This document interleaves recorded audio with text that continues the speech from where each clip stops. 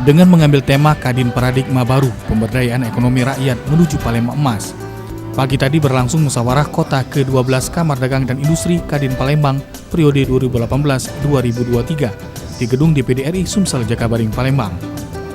Dalam musyawarah kota Kadin ini dihadiri langsung oleh Ketua Umum Kadin Indonesia Edi Ganifu, Ketua Caretaker Kadin Provinsi Ferdi Ali Gafur, dan sejumlah pengurus Kadin lainnya.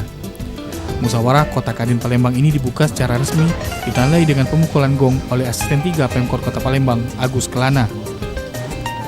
Ketua Umum Kadin Indonesia Edi Ganifu berharap kepada pengurus Kadin Kota Palembang dapat membuat program yang realistis dalam meningkatkan kesejahteraan Kota Palembang, serta meningkatkan kerjasama baik itu dengan UKM-UKM yang ada di Kota Palembang dan bermitra dengan baik bersama Pemkor Palembang dan stakeholder lainnya.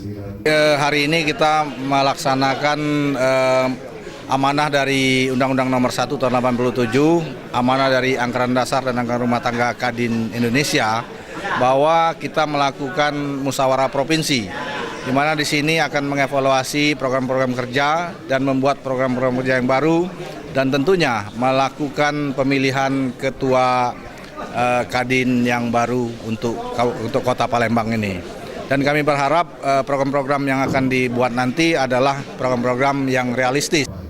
Dalam musyawarah Kota Kadin Palembang ini, Darwis terpilih secara aklamasi sebagai ketua terpilih Kadin Kota Palembang periode 2018-2023. Menurutnya, Kadin Kota Palembang akan fokus pada pemberdayaan usaha kecil dan menengah menuju Palembang Emas tahun 2018.